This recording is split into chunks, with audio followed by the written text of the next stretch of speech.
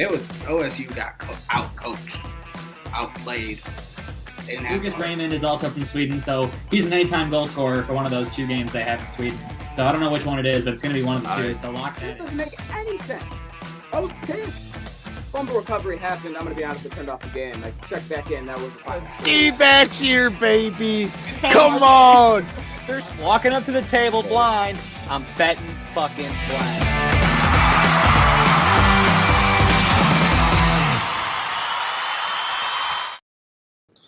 What is going on, people? Welcome back to another episode of Sharps Sports Network. The boys are back on another Wednesday evening to give you playoffs, a little bit of MLB. Actually, there's a good amount of MLB. We got a little bit of football. Yeah, we kind of got a little bit of everything today. It should be a good, hefty show. But first things first, we got all four of the boys that will be joining you. The Wanderer, he's got to do some things, but he will be here shortly. So we're starting out with 3 out of the 4 boys. We got Tycho, we got Snoop Luke, we got McDilly. And without a further ado, because we have such a hefty show, we're kicking things off with playoff hockey, baby. Playoff puck. So I think that, you want me to be completely honest? Yeah. Last time It's the road between the legs. 13:57 of the third. Yeah. Speaking of Connor, Heads Capitals, Get tails to the Capitals. grab it some much. Speak on the top of my brothers' Hail. blood. None of these niggas be trust. We cannot question, you know what it was. Yo, what you doing for us? These niggas back 'cause I'm putting in And now work. you can trust it. Like I speak fluent in Russian. Did you catch that? Oh, playoff puck. Here we fucking go. It's getting good. So much overtime, and I cannot stand it because I fall asleep. But so much overtime. I What's do up? not. Well, I know one series still has the chance to, but I do not apologize for my 5-game call-in series, even though I had the Panthers in 6. Because if that was the sacrifice it took to get game 6s and 7s in the conference final, I'm all here for it. The only thing that scares me about this is the Stanley Cup final is looking in shambles. Look, here's the problem. If these ones are this good. Here's the problem. You're going to continue to live in fear every series, but what if it just doesn't happen? What if we just continue to get It never great series? doesn't happen. What if this It is never good? doesn't happen. We're looking every at 6 year. and 7s, and then what if we go to the Cup and we're in another situation where it's 2-2? Then what? Nah, because you'll get this.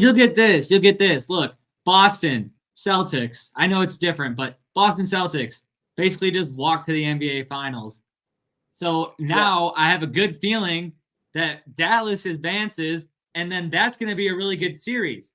And the NHL playoffs has been amazing, and this is like these are the best series right now at this point. So that when the NBA Finals are cooking, the NHL Stanley Cup Final is not going to be cooking, and someone's going to get fucked But and damn near swept, and that's going to be it because that's just the way it works. My last I'm going to be point- mad. It My is last- the way it works. My last argument that I want to make is if all these series are going to 6 and 7 from the first, wouldn't that create the? I get where you're coming from, but wouldn't that? No. Yes. Wouldn't that create? No, the it wouldn't. expectation Of, if every series is going deep, why would this one now be a sweep? Why wouldn't it continue Because- to go deep? If Because if everyone it's is going not the deep? conference finals, it's the finals that act that way. Everyone's like, oh, it's been a great playoff. So next thing you know, you're leading up to the nice grand finale, the nice finals. And then it's like, oh, here we go. We're about to go 6-7 games deep in. Boom, boom, boom, boom, boom. 4 to 6 games. You know what? For Stanley the Cup hell of it, champs. for the hell of it, Luke, I want to make a $10 bet with you that the finals goes fucking 6 games. I'm I won't- confident that it will go 6 games. I'll make this bet Okay. after we see the game tonight. Okay. Fine. Fair. So then Saturday, we may or may not have a bet, but I'm confident that the 'Cause if finals the- is going to be good. The Oilers tie this up, I will make that bet. Okay. Sorry. Anyways, to the series. All right. Well, let's cook it to the series that is currently tied. The Panthers tied it back up last night to make it a 2-2 series with a 3-2 overtime W.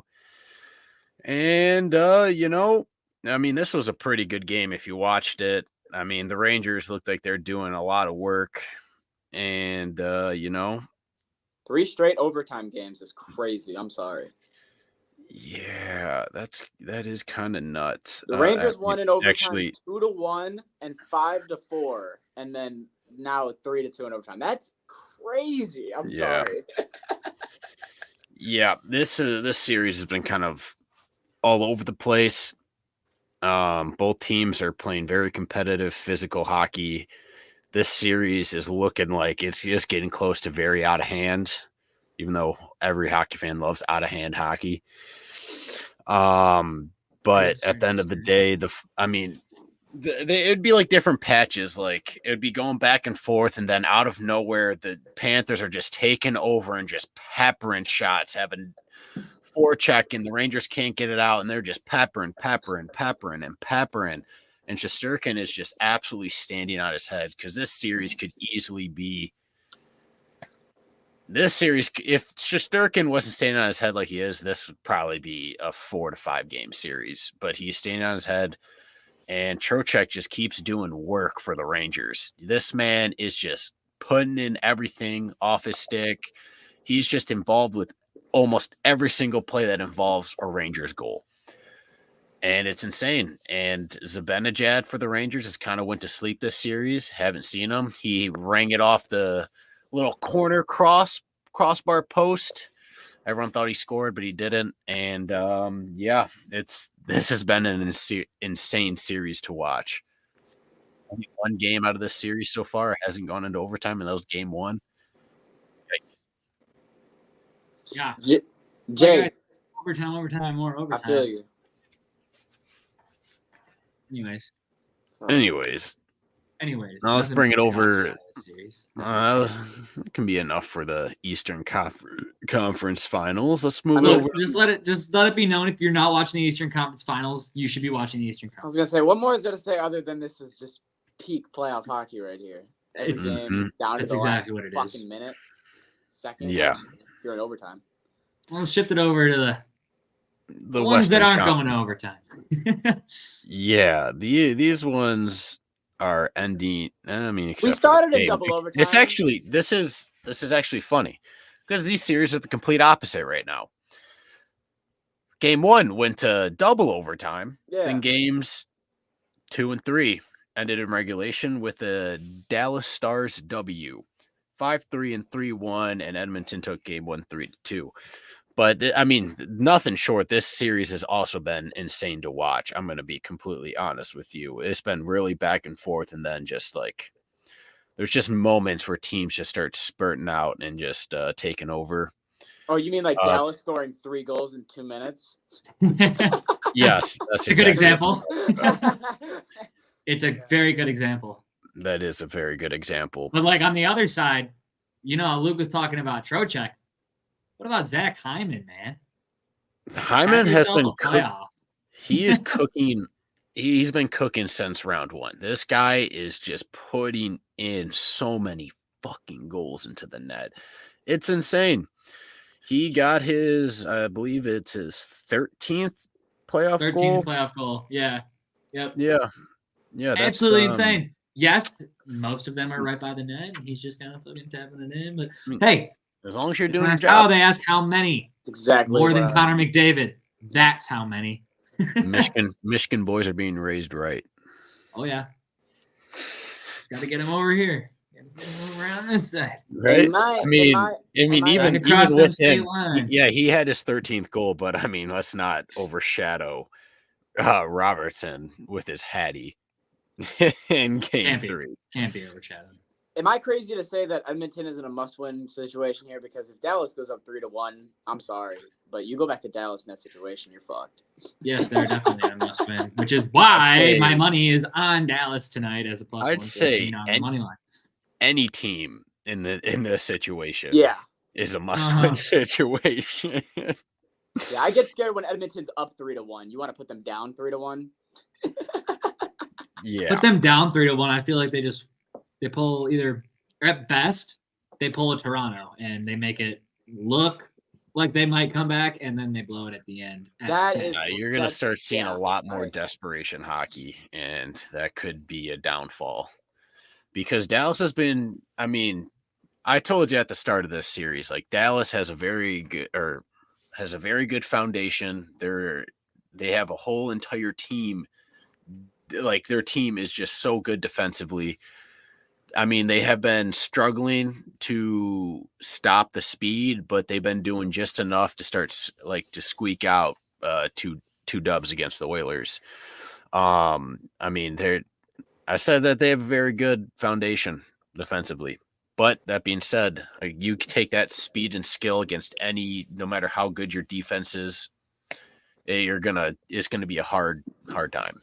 But at the end of the day, they continue to get the job done. It's Hey, look, that's really all there's been in this series. Here's my problem with Edmonton that I can say that Still waiting on another game tonight. I think here's where I realized I might have fucked up. Look, every year when it comes to playoff hockey, I listen to you guys make the argument of when we get to the finals, it's always the team, yada yada yada, but the goaltending's always top tier. It's always superb goaltending that has been a big thing that got him there. And I look at Otter over in Dallas. I look at Bobo for Florida. I look at Igor for the Rangers.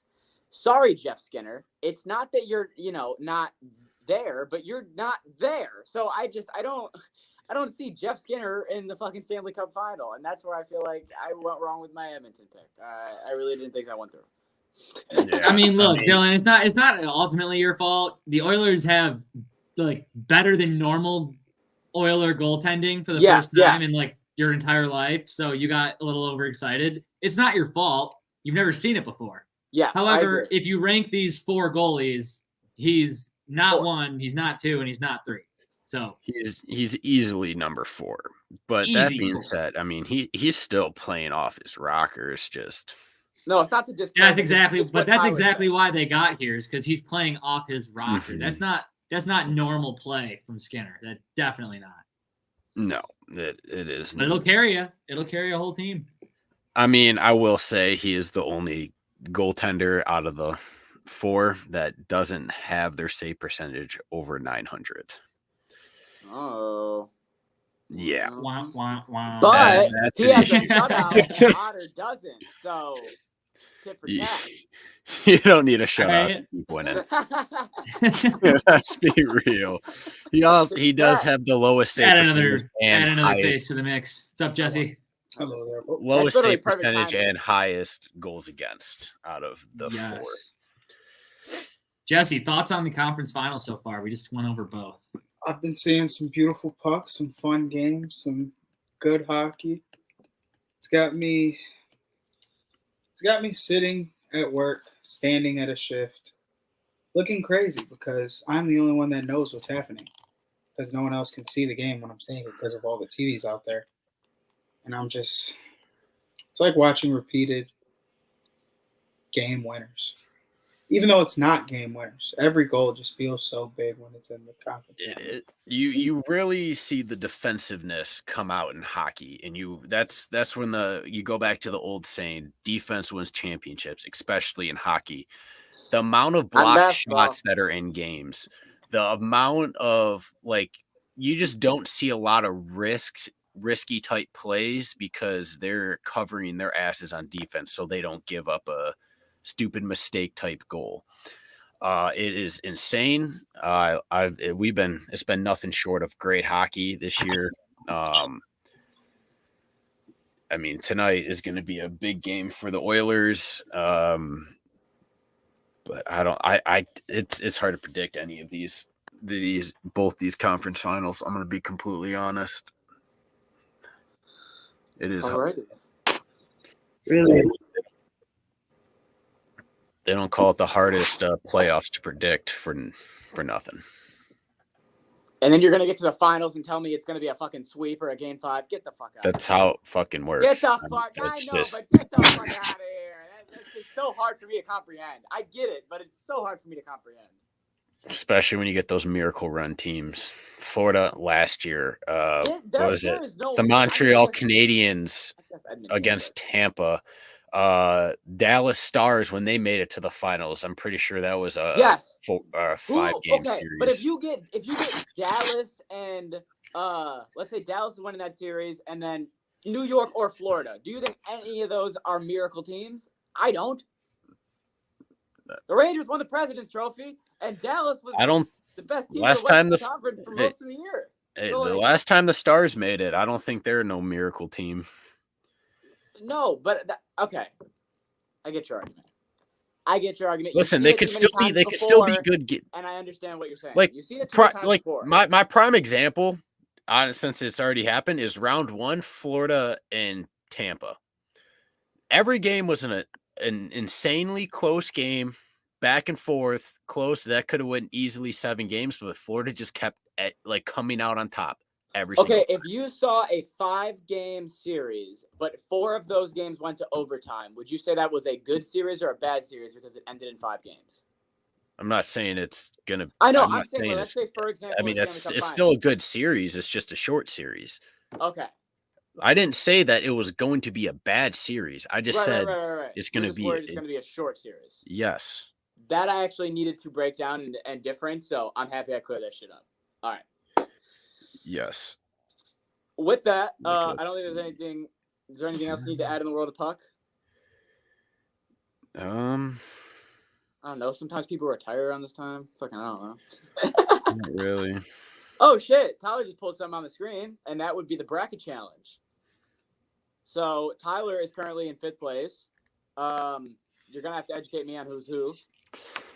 Well, I'm not really sure exactly who's who. If you're watching this podcast, I really hope that you are watching the podcast right now. If you are in this bracket, because this is the Sharps Network bracket. The winner will receive some free Sharps merch courtesy of Josh, good friend, owner of Sharps, founder, and he's helping us out with some free merch to the winner.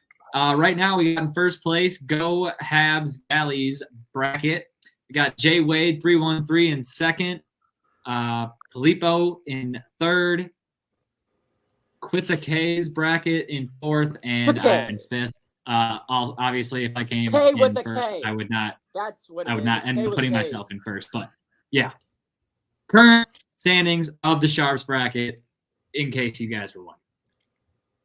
Yeah, I will. And that is anywhere on that bracket. But I will say this, Dylan. I don't see Luke anywhere on that bracket. Interesting. Well, that's what happens when you get everything right in the first round except your Stanley Cup champion. I will also say honorable mention for Jake Donelon, sixth place. Didn't make the top 5 though. Suck it, Jake. Luke's in 9th, Dylan. I will say this, with my Stanley Cup champion out, and for most of that 2nd round, I was in the top 3, if not 2, with my champion out. Where did things go wrong? Other people's champions that didn't get eliminated kept moving on. That will fuck you.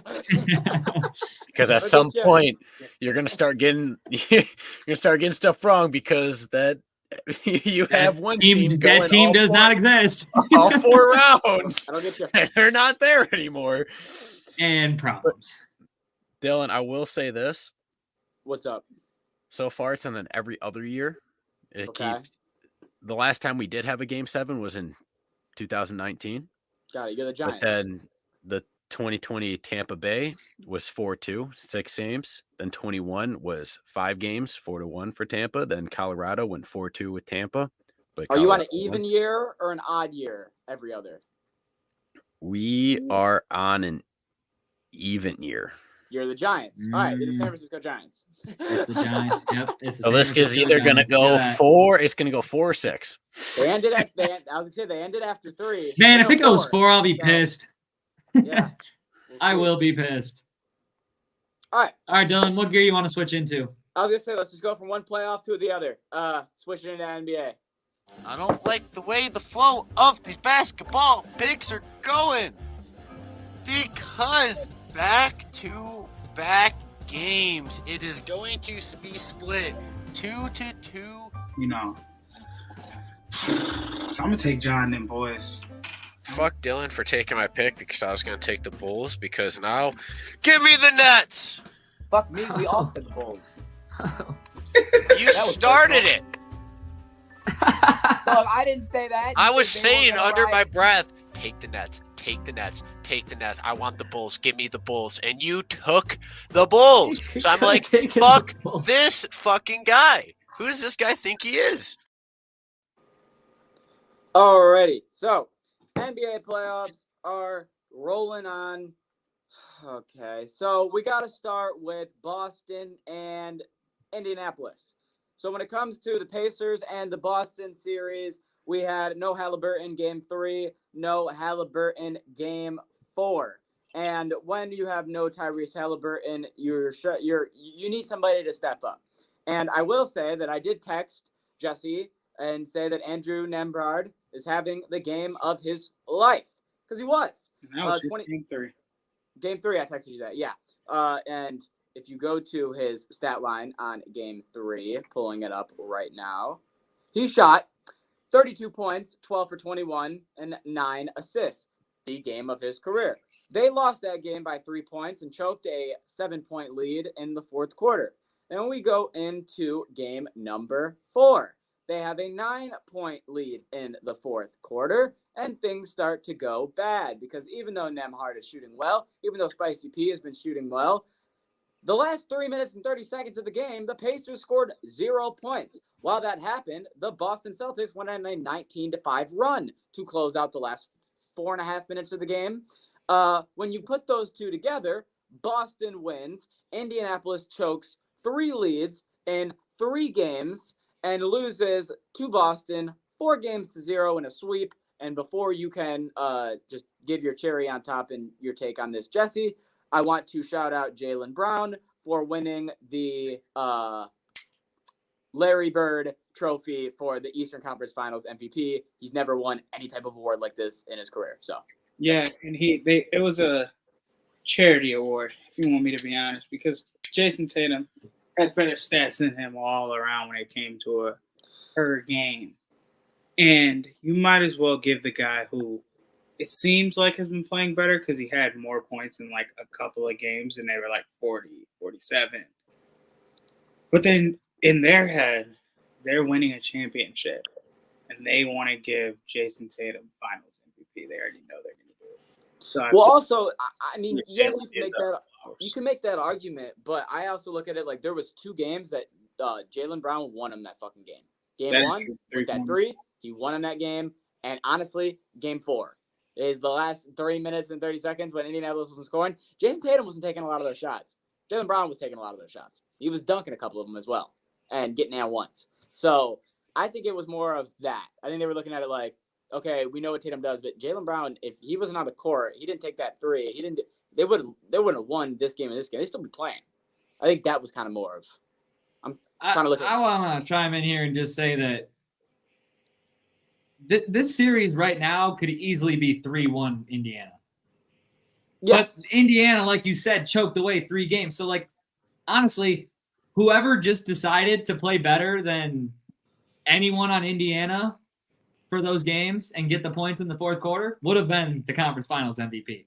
So I think that, honestly, of all the conference finals MVPs that you have over the years, this one was like the least like intriguing. I was bored the whole time. And then a big reason why I think that is because the argument that the question I guess I was going to ask you is this the easiest run you have seen to an NBA Finals of all time? We had them play the Heat with no Jimmy Butler. We had them play the Cavs, 3 games, no Donovan Mitchell. And then we had them play the Pacers, 3 games, no Tyrese Halliburton. Not even no Tyrese Halliburton. 3 games where they completely folded in the fourth quarter and just gave Boston the game. Like, here you go. We don't really want to be in the finals. We're not ready yet. That's what it looked like. Tyler says, duh. Jesse?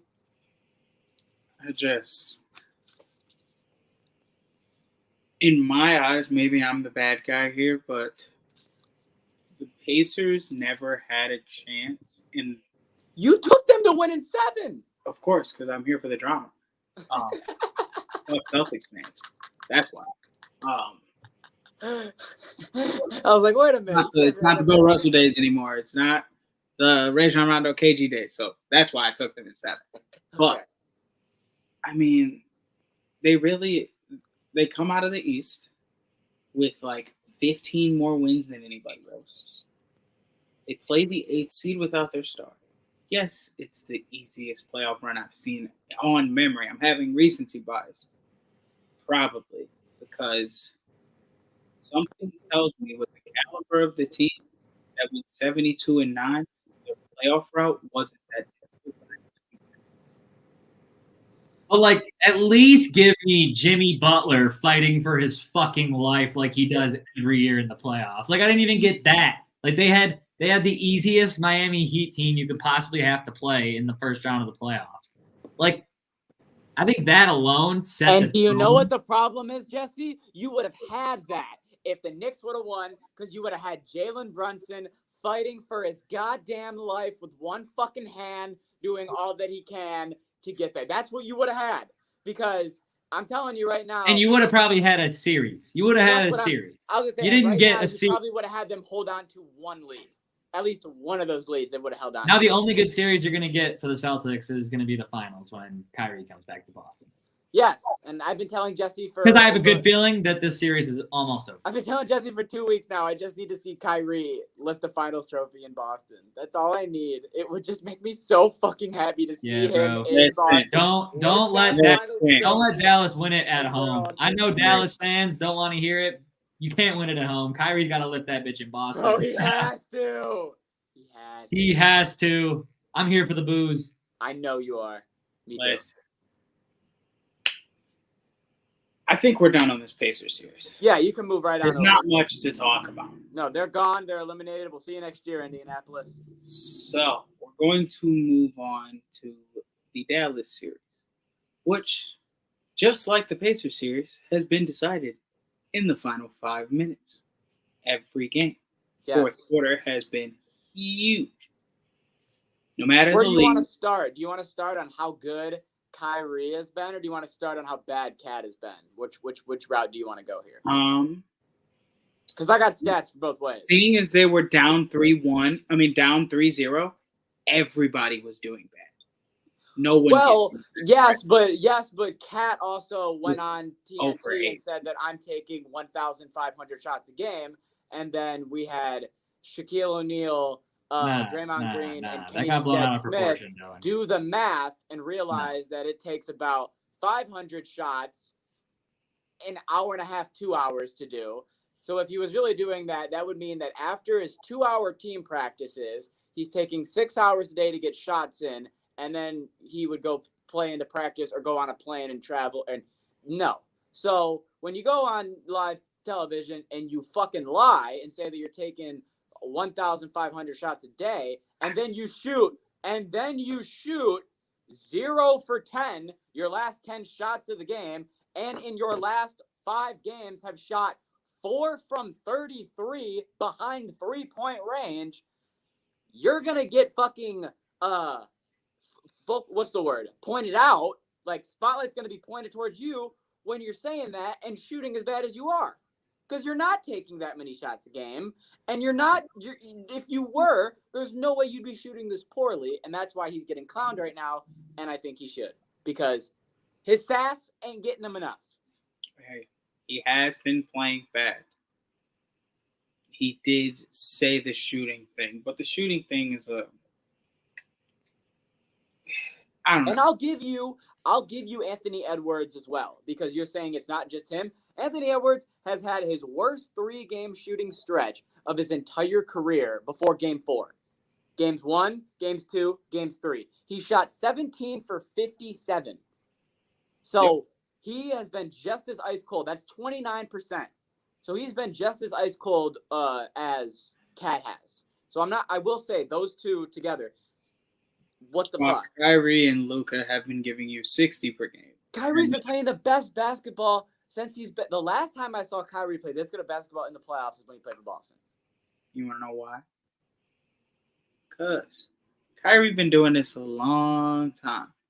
And ain't nobody in their goddamn mind on national television ever said they can't wait to guard Kyrie. Nobody. Anthony Edwards said that shit. He said, we'll see how it is. Anthony Edwards, he might have made a bad choice. Yeah. In the playoffs, Kyrie been giving you like a bucket per first quarter. That's a fact. He did like 1.2 points per first quarter in the first series, in the second. First and the second. Wasn't doing a lot of first quarter. He did get a streak snap though. He's 14-1 now. Yeah. Now games. You know what that means, right? It's the downfall. Timberwolves go back home. Shut the Send it to game up. 6. Next thing you know, we're back in Minnesota. No, we're not. You can't act like that wouldn't be beautiful. Okay, would it be beautiful? Yes, but I'm over here I just want Luka and Kyrie to get to Boston as soon as fucking possible. But at the other side of it, I kind of want Boston to fucking wait.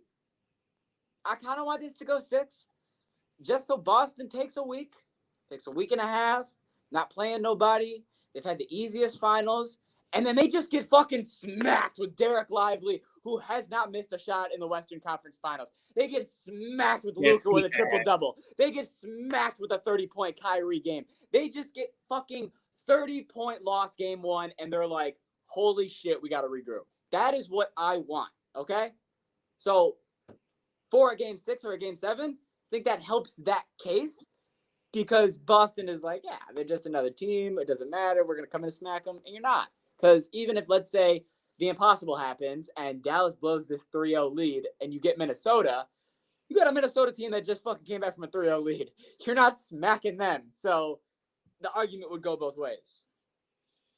But we did, since this series is still going, we did have a game 4 go in the favor of Minnesota. And Luka was not trying to let it happen. He did his best. That's your bro. I texted you and I said that motherfucker's not human. That shit was not a human shot. You want to hear a tragic story? Jesse was watching the third quarter of basketball, watching the second period of hockey, and then woke up at 12:15 to both games being over. God. And some reason his body chose to only sleep for an hour. And be like, oh, yeah, you missed all the fun stuff. But, yeah, you can be up now. That's when you just turn on ESPN and you just sit there. Fucking looking through highlights. You just sit there. Dylan tells me he's not human. I assume he's talking about Luka. Yes. So figure out what I missed in the final fucking quarter of basketball. That's only been mattering in these games. For those of you who don't know what we're referring to. Get up and get 2 guys on him right now. Doncic with the desperation. He's not a fucking human, so he does not human. Game winner, but it was trying to be game defining. No, he wasn't letting it happen, and now he's gonna go back to Minnesota, and it's gonna be another good game. I think every game has been a really, really close game. I think this is similar to what Luke has said, where it doesn't have to be a long series to be a good series. Every game's been very close. Every game has been, down to the last couple minutes, like you said. And I think that's probably going to be the case for the rest of the games in the series. I don't see a situation where there's a blowout unless it's like Minnesota this game. That is the only one. Here, I thought last night it was crazy to me because it was like Cat had 3 fouls by the second quarter. Gobert had 3 by the second quarter. Edwards had 3 by the second quarter. I'm like, what is going on here? They were calling them all game. I know you passed out, but it didn't. No, I saw. Hey, whoa! I missed the damn quarter. All right, I missed one fucking quarter. Well, right? in the final crunch minutes, I texted you and said the same thing. I said these fouls are fucking crazy because it was getting me hot. I was like, all right, bro, let them fucking play. Like they were not letting them play whatsoever. But it was also, it appeared like it was uneven. But I think over the whole game, it evened out. But it seemed early like the calls were just so one-sided. I'm like, bro, this is going ridiculous. Yeah, now that I think of it, that is how it felt. It felt like the fourth quarter. It was like they were making up calls from Minnesota. And it was like, okay. But, yeah, now we just have to see how this series plays out. I believe game is tomorrow at 8:30. That would be game number 5. So we'll see what happens there. And now let's move it over to MLB. Sports bettors, you need to download Sharps, the better social network. With Sharps mobile app, you can tailor your friends' bets with one click. See a bet you like? Just click the whale tail icon and boom, it will open in your corresponding sportsbook. Sharp securely connects to major sportsbooks like FanDuel, MGM, Caesars, and more, so you can not only track your bets, but share your bets in creative ways. So gather the degens, download Sharps for free, and join our fast-growing sports betting community.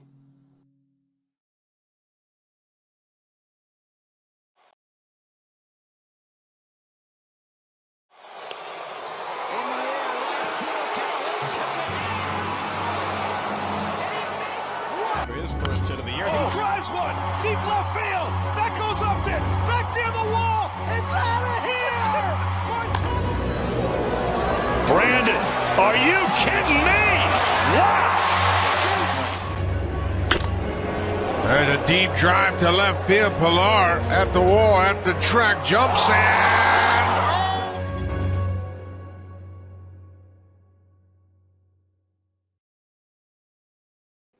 All right. It's actually quite beautiful that I saw Jesse drinking a Coors Light just a little bit ago, because that is how we are starting this MLB news. So, Shohei Ohtani, man, you just continue to be amazing without being amazing. Actually, I guess I'd give this more to Coors than Shohei. But Shohei Ohtani was playing at MetLife Stadium.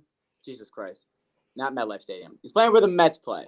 And that's why I said that. He hit a home run off the LED board, and on the LED board, it is the Coors Light LED board, just to show you specifically. That is where he hit. That is the board where he hit. There is a little black dot that he caused on the board. Nothing like, okay, there's a black dot on the board, right? Coors Light, less than 24 hours after this happening, immediately decided to hop on the marketing strategy. They decided to not only come out with a new can, but they've decided to market it as the Hits the Spot can. They sent out a tweet that says, "Looks like we got a new can design thanks to the best player in baseball." They dropped the can, and in less than 24 hours, the Coors Light company went from the 7th ranked beer or highest selling beer in Japan to number 1 highest selling. There are now cans on eBay that are going for more than $1,000 just for the Coors Light can that has the little black dot logo of Square Hit the Spot. That's the only difference of the can.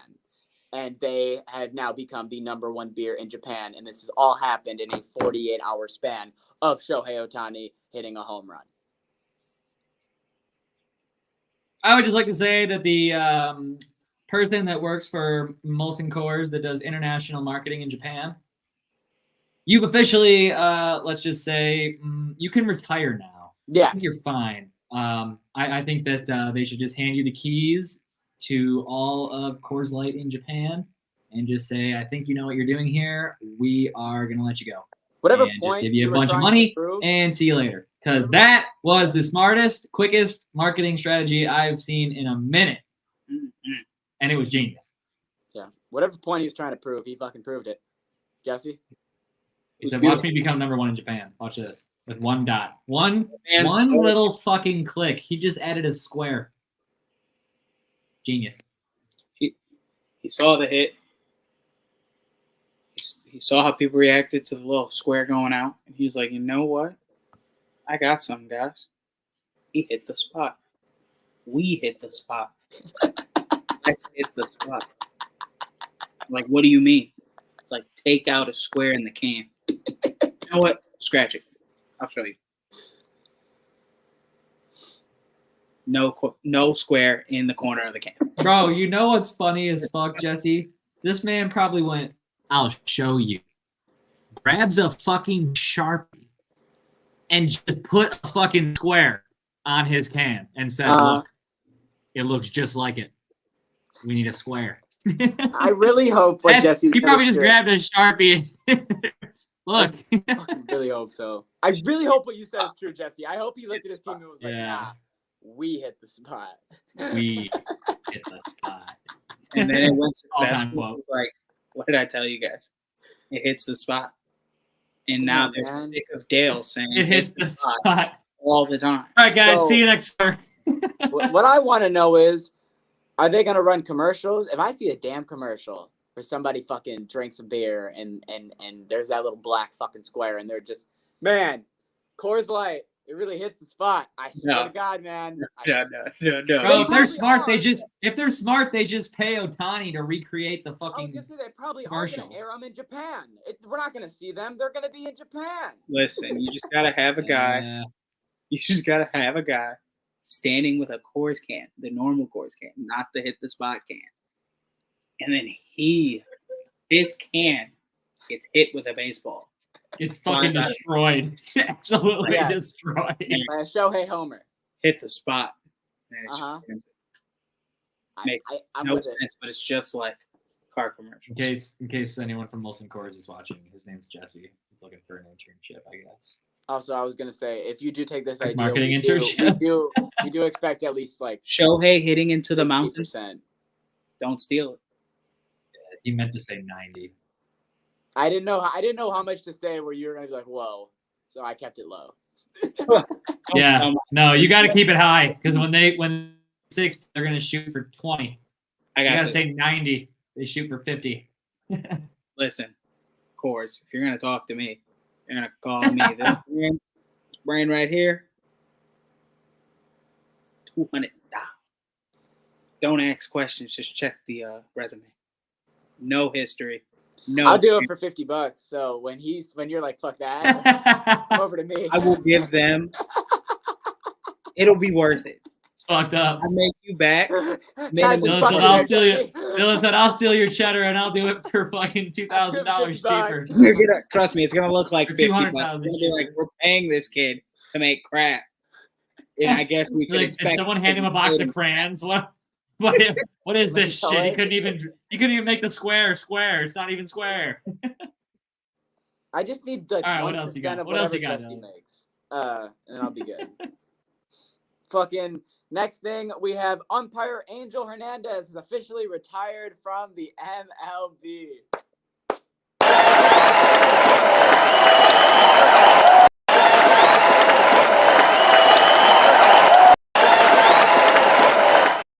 You know you've been doing your job great when ESPN says is retiring after a controversial career. Not just a couple controversial years. He was an umper 30 years. After a controversial 30. 33-year career is what they said. Bro, the fact that when this man retired and literally like no more than 2 or 3 weeks later, they're talking about how his lawyer came out and was like, he was not forced out. He chose to leave because he wanted to leave. He was not forced out. Like the fact that he has to like prove like I just wanted to be done rather than I promise they didn't make me leave. Like I think a lot. Well, of we all kind of think they did. I think. Well, no, I saw a lot of people that were on my side where it was kind of like, I think we know that they didn't make you leave because you've been this bad I for don't a think decade. they made you leave. I think that the new age media, the fans, No, I everyone's don't badgering him all the time. I think he's like, yeah, I think I'm just gonna stop. You really think that? You think he gives a single fuck when? Bro, 3 you years think ago, you think he you pulled out of could his successfully avoid everyone talking about you being ass at your job every day of your life? You think you can just successfully not hear about that and have that affect you? No, but he's everyone known thinks he that. Cared. He doesn't give a shit. He was when there was a video 3 years ago went viral of him leaving Boston with his windows rolled down and them all screaming, "Fuck you, I hate you," and he rolls out and just gives them a little wave of like he knows, like he's like, I don't give a fuck you. Like that's when I finally was like, oh my god. He's like Vince McMahon. He's never gonna fucking leave. He knows he's evil, and we can't do anything about it. That was how I read him. So I think that he was like, I've been doing this for 33 years, and I don't want to do it anymore. Because my thing is, Tyler, he's been this bad. If you go back and do the stats for the last decade, so if they would have pushed him out or the media or anything, I feel like he would have already been gone. Why wait 33 years? Well, one, you only brought up the last 10 years, so his first 22 years would still be not nearly that bad. But then the last 10 years, I mean, every year for the last 10 years, anything and everything that happens in this world gets amplified by a higher amount than it would have the year before, if that makes sense. Right, because it's not like he got canceled. Like He's if he just bad at made his like, job. I feel like if he made the Galarraga mistake, like that whole thing, and that happened in Detroit way back when, if that happened like tomorrow, way bigger deal than when it happened 10 years ago. So yeah, but just like I'm not saying that I'm not saying that he was forced out. I'm just saying that yeah, I but think Jim that Joyce there was got it a pretty lot bad. I think there was a lot of good factors. But you know what? Jim Joyce also said, "I'm sorry, I fucked up." I don't think I ever heard that motherfucker ever say I fucked up. Ever. He doesn't care. He's like, yeah, I am how I am, and if you don't like it, fuck you. I'm gonna continue being how I am. That was my thing. That was my worry with him. Is like, God, he's never gonna leave because, like I said, he's like, you're stuck with me. I am how I am, and get fucked. He's like, you thought, God, he's never gonna leave, and then he still stayed for 10 more years. That's basically like a big fuck you. Yes. Thank God he's finally gone now, but like, it's a start. You know what it is? It's a start. The only reason he left because he was sick of the game. He was sick of these sissies. And the game was sick of being him. able to hit wide left of the zone like they were goddamn Babe Ruth or somebody he saw when he was a child, because he's got so much age behind him. They don't hit the same. You know what I hope? Everybody's complaining. The strike zone's too big. I was just about to say, you know what I hope? I hope he comes out and he goes, you know why I left? I left because all these other fucking umpires aren't doing it the right way. I know the strike zone. I know how to call it, and I'm tired of everyone telling me I do it wrong when I'm the only one who does it right. I want 32 years, and you want to tell me how to call a strike? Yes, that's what I want. I want him to come out and be like, you know why I fucking left? Because I was the only one that knew how to call it. You know why he fucking left? Because there's been whispers of goddamn robots, and he's like, I ain't letting no motherfucking robot take my job. Or maybe he's gonna go to like the Mexican baseball league because umpires can they can get suspended, but they can fight there. Or he'll just retire. Because he's gotten so much goddamn money from the MLB. Fight. I think he should go let his inner demons out where he can. Anyways, moving on to the next piece of news that we have. We have something that at first I did not think was going to be a big deal, but goddamn, people are talking about it. It's a goddamn big deal. So the MLB announced that the Negro League statistics will officially be in the MLB database. And at first it was like, okay, cool. A lot of legends are finally going to get honored among the all-time stats, and that's cool. I'm not going to say why it's controversial. I think you can use your P's and Q's on how fucked up the world is on why it's controversial, but people don't like the fact that Josh Gibson, who is an MLB legend, is now the new MLB all-time leader in OPS, in slugging, and in batting average, because they feel like their current legends are robbed because all of a sudden their stats are now second because you just added this. You think Josh Gibson should be over Babe Ruth? That's exactly the argument. And he just broke. I do. We're back. What? I thought my shit was tripping, and then Dylan reacted to it too. So I'm like, okay, Jesse's tripping, but I didn't see him do anything. Camera. No, I smacked my phone and it flew up in the air, landed on escape and a bunch of other buttons. But okay, so Jesse, yes, that is the argument people are making. People are going, wait, so people like Hank Aaron and people like Babe Ruth, their stats are now second to Josh Gibson, and they're like, I get it, but let it be that way from the jump. Don't just all of a sudden now bring him in. But I'm actually very interested to hear where you're coming from, because you seem to be upset about this. Me? Why would we think that? No, I was playing the part of a Babe Ruth supporter, right? Oh, listen, the way I feel about it is like, could they have done this sooner? Yes. did they feel comfortable doing it sooner? Whole nother question. I don't know.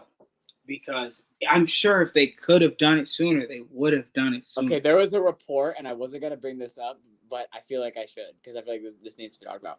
There was a report. This is. I'm not going to say it's true. There was a report that the MLB wanted to do this back in 2020 or 2021, and they didn't because the whole Black Lives Matter thing came out, and they didn't want it to seem like they were just doing this because of the Black Lives Matter thing. They wanted it to seem like, no, we're doing this because we respect the Negro Leagues and like what they did.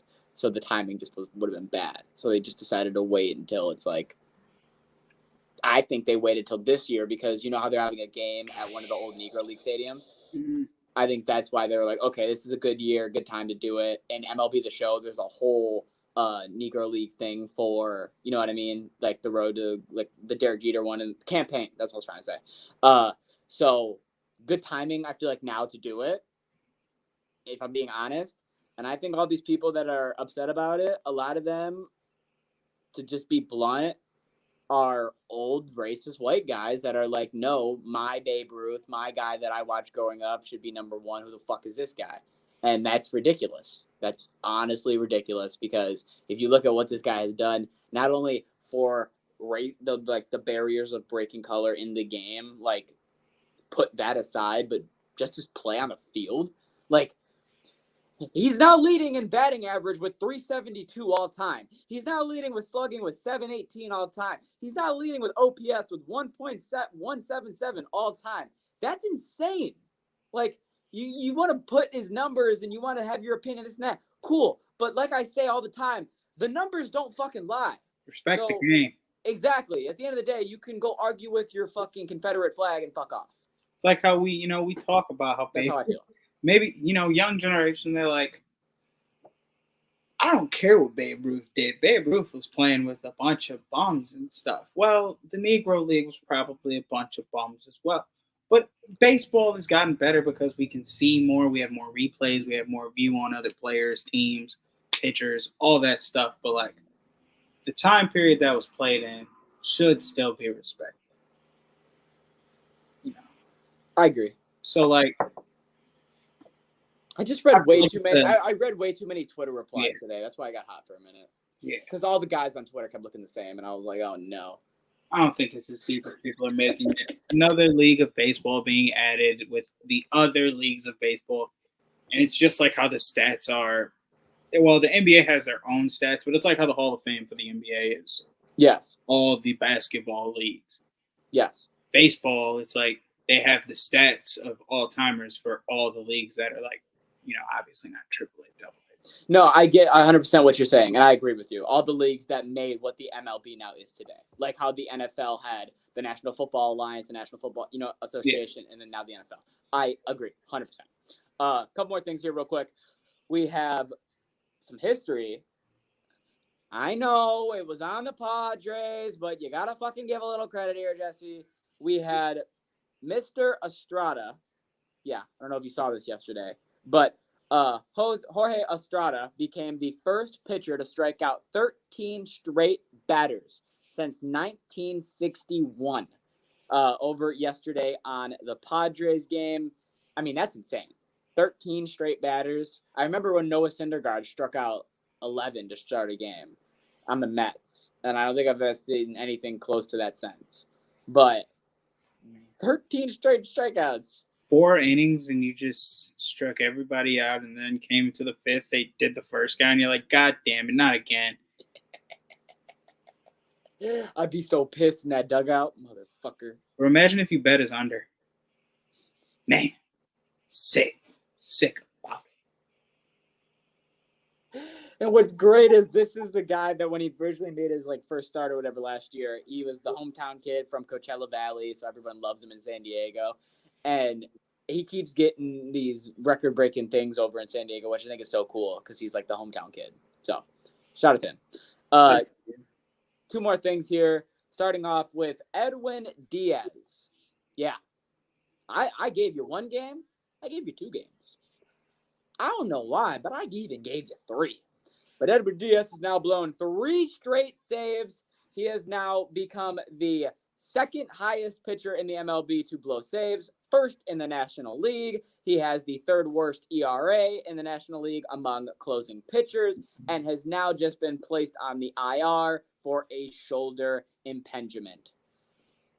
This was the guy that 2 years ago was the biggest thing in baseball when it came to closing pitching. He had trumpets. He had sold-out crowds. Everybody was excited. Edwin Diaz would come out, 100-mile-an-hour fastball, strike out 1, 2, 3. He gets surgery on his arm. He comes back.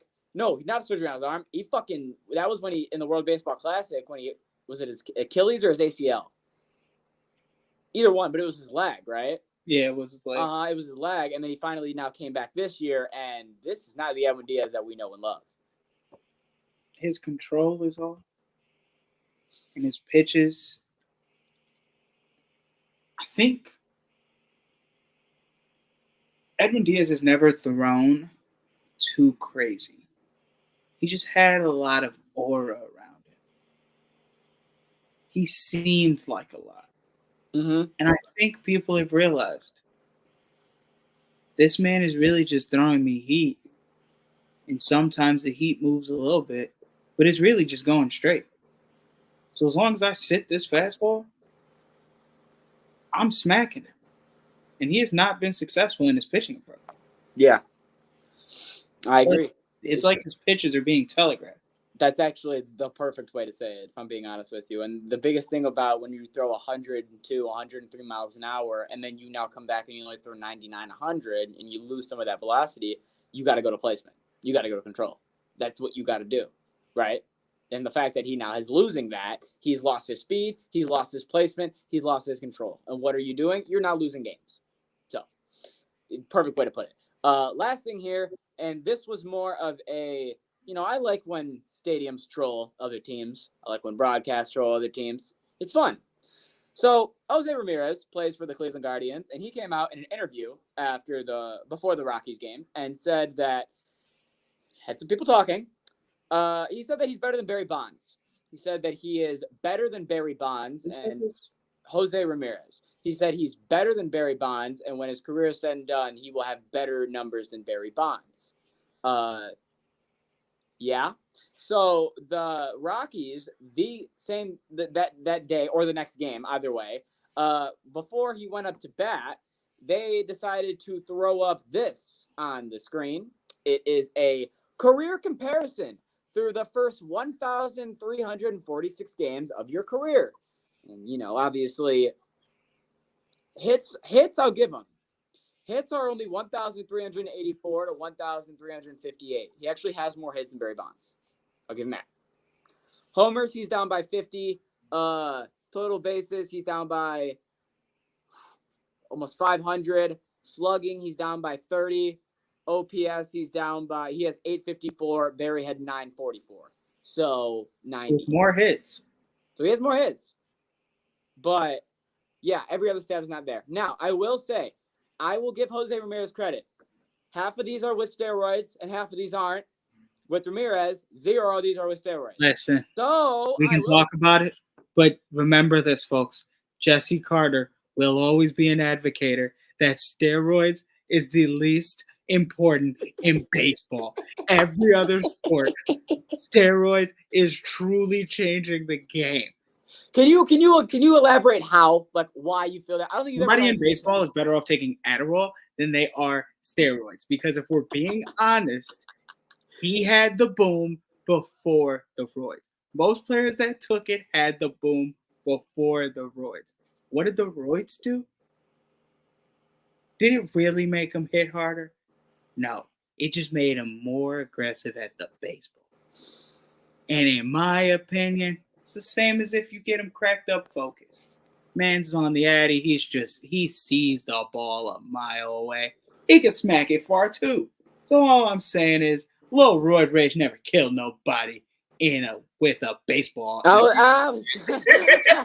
a baseball field.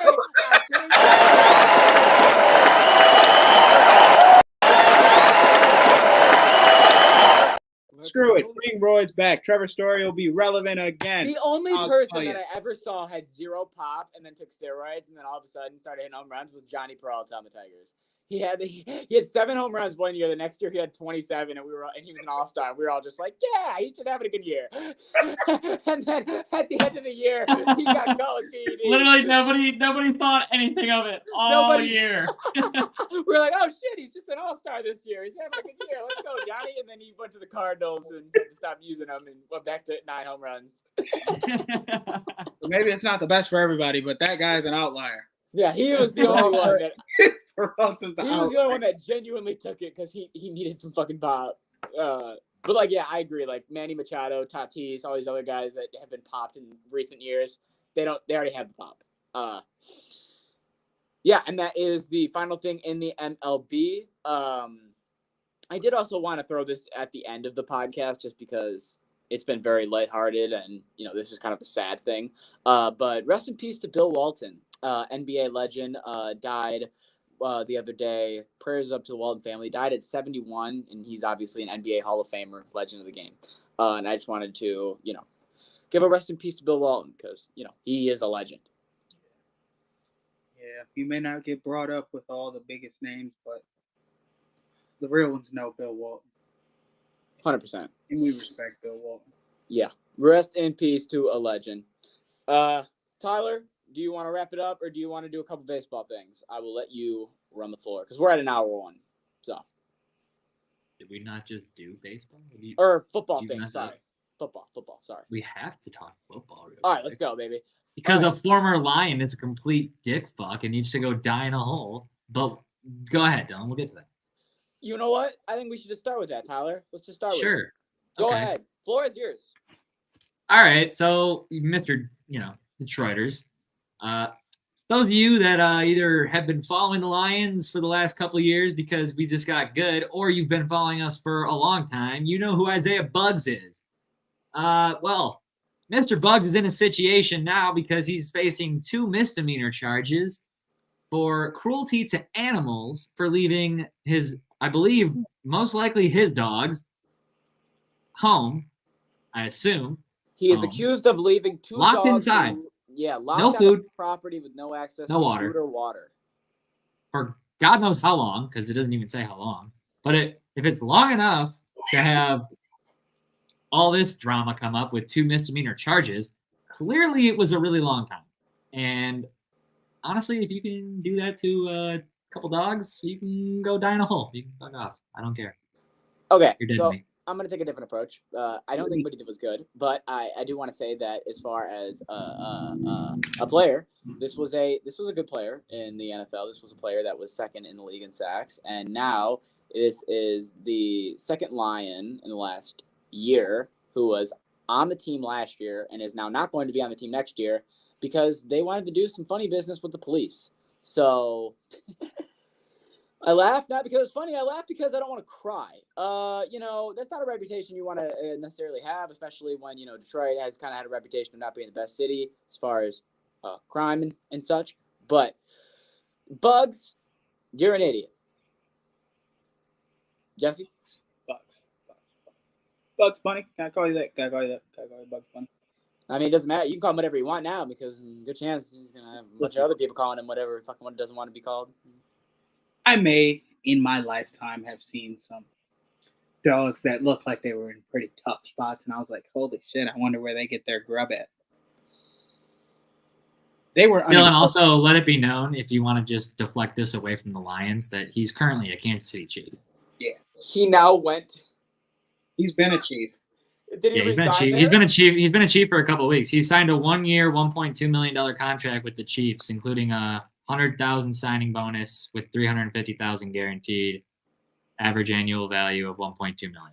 Well, he won't be there anymore. What if the case? At least he got his signing bonus. Is he an alleged, or do we know this is fact? This is fact, right? Well, police don't get you in custody if it's just alleged, I would assume. That's not true. I mean, I'd imagine that they showed up at the house before he did, and the dogs were in. That's what I'm thinking. Yeah. Yeah. Okay. I'd imagine the neighbors called about the dogs that wouldn't stop barking, and then one thing leads to another. Yeah, I assume that's how I'd imagine this goes. I don't know what happened, but that's how I'd imagine that goes down. Oh, is it now? I guess. But the Chiefs keep winning Super Bowls, so hey, maybe they'll keep them. They got some cases they're dealing with right now. They got a lot of player backlash. Uh-huh. See? Look at that. That makes perfect sense to what we're talking about. But, like, hey, if the Lions need to have 4 or 5 guys that are damn near prison worthy for us to win a Super Bowl, I'll take it for 1 year. Somebody said, damn, their PR team almost made it a full 2 weeks. Almost. Oh, God, man. That's hilarious. Someone said Brad Holmes legit don't fucking miss. All right, we got a couple more things here in the world of football. First things first, just 2 contract extensions. We're gonna go back to back. Jawan Jennings, 2 years, $15.4 million guaranteed, staying with the San Francisco Giants. And then the bigger one, Nico Collins, 3 years, $72 million guaranteed, with staying with the Houston Texans. Thoughts on either one of those, fellas?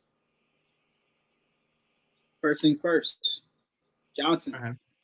Love him getting that good money. He is probably still going to be the 4th receiver, but Ayuk's asking for a hell of a check. Like, he wants a Monra type money, and he's not a Monra type player. So maybe this is the beginning of the end, but I don't think so. But hey, nothing wrong with speculation. So good. Yeah, I feel good about it because he showed up when they needed him to. He's made big catches when necessary. He shows you what you want out of at least a wide receiver 3. Could become 2 potential 3. Where he at right now, I feel. I love the Nico Collins. 3 years, $72 million. I think it's guaranteed. I think it's well deserved. I honestly think he should have got more, but it works out good. I believe he's now the 7th highest paid wide receiver in the NFL. But yeah, he didn't deserve more. He got a perfect bag. He got a great bag, yeah. Because he's been in the league 3 years. But you got to understand, Jesse, these wide receiver deals in this offseason have been unnatural. They've been stupid amount of money. That's the only reason why. But he has a career total of 80 catches. And he's so young, too. Coming off of a 55 catch season. Yeah, but they're looking at him like you're about to be the next superstar. What I'm saying is, like, he's been progressively getting better. He didn't come in stunting. He came in kind of average, and then he really had this pop year. He came in kind of average because he had Davis Mills throwing to him. I hear you, but nobody on that team was able to do anything with Davis Mills throwing that ball. He got that contract because of his quarterback. Come on. Thank you, Tyler. Thank you. Yeah. I'm saying no. It's from CJ Stroud got that man paid. It's from last year. Tank Dell 100%. Them both showing out. Nico stepping up when Tank was out. All that. Now you got both of them tied up for the next 3 years. Tank on rookie, him on this contract. You got, Diggs for 1 year. It's great money well spent. Deserves all of it. And I think it was like 54, 59 guaranteed. Something like that. Look, I think they paid Nico because eventually they're going to have to get rid of Nico, hopefully, and pay Tank, give him, a cheaper big deal, and eventually move on from Nico. Because that's essentially, I draw most things back to the Lions. When it comes time to pay JMO, we're not going to have the money for that. We're going to lose JMO when it's after that 5th year option. So, I feel like once they get to that 5th year option, they're either keeping Tank, giving him a good deal, getting rid of him, or vice versa. They have to get rid of Tank. But the way the wide receiver market's going, man, it's just you can't afford to pay more than maybe 2 or 3 top offensive players that type of money other than your quarterback. But I feel like that's because of this honor system that's been going on in the NFL, where it's like the guys go to get the bag because they're putting their bodies on the line. They're going to go get the money that they feel they deserve. It's their right. They can do that as the player. It's whatever. But we haven't really been seeing the take less to stay together kind of money from everybody. I feel like, we don't know, but we assume players are going to leave. But you never know. They might be like to take less money so I can keep my boys around kind of guys. And the Texans seem like they might have those guys. They just that also depends on, 3-4 years from now, Texans, if they look around the locker room, are they like, yeah, we won a fucking Super Bowl and we're on a run, like a dynasty thing right now? Or are they looking around the room like, how the fuck has this not worked in 4 years? And that ultimately makes a lot of those decisions for you, is how things go through that 3-4 year period where you're thinking about who you're going to pay. 100%. Real quick, we have the 2026 NFL draft being announced. I mean, that's fucking a couple years away, but it has been announced that it's going to be in Pittsburgh. So shout out to keeping it in the Midwest because that's what they love to do. And then before we close out here, I mean, it feels like every week I'm just hitting you with more EA college football news. But I mean, I'm just going to keep teasing if they're going to keep teasing, and then we're just going to keep teasing together. So a couple things here. First things first, they have announced that all the fight songs for 30 confirmed fight songs are currently in the game. And we also have Tsunami, Thunderstruck, Sandstorm, and Mo Bamba as songs that have been confirmed that will be playing in the game. Those are all huge songs in the world of college football. And just to add, gave you all that good stuff, I got to give you some bad. They have announced that in the EA Road to Glory game mode, you will no longer start in high school, like in past games where you could create your high school team. No shit. Elementary school. Let's fucking go. Schoolyard. I don't know if you could be right, or I don't know. Yeah, but that is also bad. You start off as a fucking little kid. Some guy just walks up to you. Start out playing flag. Oh my god. No, like you like walk outside in the playground and like the older kids are playing. The ball just rolls up, hits you on the leg. And the older kid runs over like, hey, can I have that? You pick it up. You throw a perfect fucking spiral. Like, oh shit, I'm him, and it's I'm like that only one fucking baseball 12. movie where the kid's in the crowd at Wrigley Field and he throws the ball back and it's like a perfect 100 miles an hour. He's like, holy shit, I should be playing football. All right, but I want to play flag. I want to play middle school ball. I want to see my growth. I want to go through my growth spurt. Yeah, I want to be a wide receiver cornerback, but then I get to high school and I'm like, I'm a lineman. You got damn! I put on 40 pounds.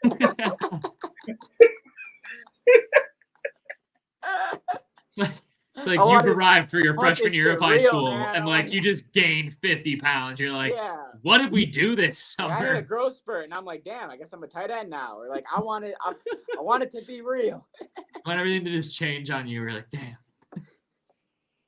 I think like your parents got divorced and your dad moved across the country, so you now transferred all the way across the country, and you have to earn your starting spot back. That's a choice mode. You got to make that a choice thing. You got to make that like a: do you stay or do you stay go with mom? Yes. Do you go with dad? See, you know exactly. Yes, that you got to make it a choice thing. Dad's going to a better school, but you're the starter at the home team. Yes, you got to make it so it's like a story mode where there's different options and there's different outcomes based off the options. And I'll tell you right now, I don't care if this is a story mode that takes 100 hours. People will be invested and people will grind. You guys are asking for like the creators of like. We're asking them for them to care. Make a life story of football because EA ain't about it. Yeah. Ain't nobody about the life you guys are trying to ask for. Maybe we'll have to make it. You might have to. Maybe we'll have to make it. From you can call it boy to baller. We'll workshop the name. Yeah, we'll workshop that. That sounds like next year's 2K script, honestly. Hey, that's all I'm asking for, you know. There's some shit they put in 2K. You're asking for the cheesy roll to the leg. Throw the perfect spiral. We got it. That'd be your fucking nickname in the game too. Everyone would just call you boy. You'd be like, God damn it, I don't like this. Named myself Devontae or Johnny or something, or stop calling me that. I always hated that in 2K. Sorry to get off track, but I would name myself Dylan and everyone would be like, what's up, Prez? And I'm like, that's not my fucking name. All right. Well, Yo, AI. What up? No, Who's AI? Every That's time you. they called me AI, That's I'm you. like, bro, that's Allen Iverson. I That's don't know who the you. fuck you're looking at. That's you. Bro, they literally just walked around calling you artificial intelligence. Like, why? Like, and we were supposed to just Why? act like Why was that a all right. thing? Like, dude, They I knew had to you get an weren't real. AI tattoos like on my arm just so I was like, okay, at least I feel like I have an identity and I can say I'm something else. You don't. I'm not It artificial literally intelligence. stood for something that wasn't real. Right, yeah. Or I saw a lot of people that would name their characters something that first name would start with an A and their last name would start with an I, just so it made sense. They're calling me my initials. Like, it's bad, man. It's bad. Oh, man. I'd also like to, just before we finish up this podcast, Jesse's going to be like, well, what the fuck? We're already off the rails. Obviously posted it on, Snapchat and whatnot. Guess who slid up telling me that the Minnesota Timberwolves were going to make a comeback and beat the Dallas Mavericks? Not you, Dylan. Don't guess. You did never guess. I already know who it is. It's not these two. You don't know who it is because it's not a guy. Oh. Oh, wow. Now, both my guesses are wrong, so you might as well tell me. It's Alien? Emily from Sycamore. Taking him specifically because she's a Nas Reed fan. I get that. Is she a white girl? Yes. I thought we had a chance. I get it. Nas Reed has that power. Now that we're throwing out those kind of she supporters we have behind Minnesota. At Sycamore. She's single? No, she's married. Me? She's married. Okay, I was gonna say, well, if she's single, Nas Reed does some things to women, so I get it. Ah, jeez. You saw where I was going with that, yeah. I was gonna say, I guess. Walked into it. It wasn't for me. It was for Nas. That towel can be used for more ways than one. Anyway. Hey. You look, Dylan. It's not all just like out of left field. Like she knows what she's talking about. No, I didn't say she didn't know ball. Look at the Kyle Anderson for answers. You know it's I'm just bad. saying, Nas Reed has a. Also, this had nothing to do with you though, Dylan, because you have no fucking clue who she is. This was just for Jesse. Look, bro, I know that, but Nas Reed has a thing for white women. That's all I was saying. That was all. Bro, most of the world has a thing for white women. That's not true. A lot of people don't like white people. It is true. Oh God, we're not having this. We're too off the rails, man. It's so true though. The last final statement by Dylan. So true. So true. We are leaving that there. Dylan, the floor is yours. Bro, Dylan makes that statement and you want to let him have the floor after? I know, right? Are you nervous? Hey, you gotta just let him fly. At this point, we have no standards. So I'll follow the script. Thank you guys for watching the podcast. If you want to subscribe, please subscribe on YouTube. Please subscribe on X. Please subscribe on Twitch. And please subscribe on Instagram. That is at Sharps Network. What does that say right there? Oh, yeah. Just download the Sharps betting app over on the App Store and use promo code TYCO01. That will help you a great deal.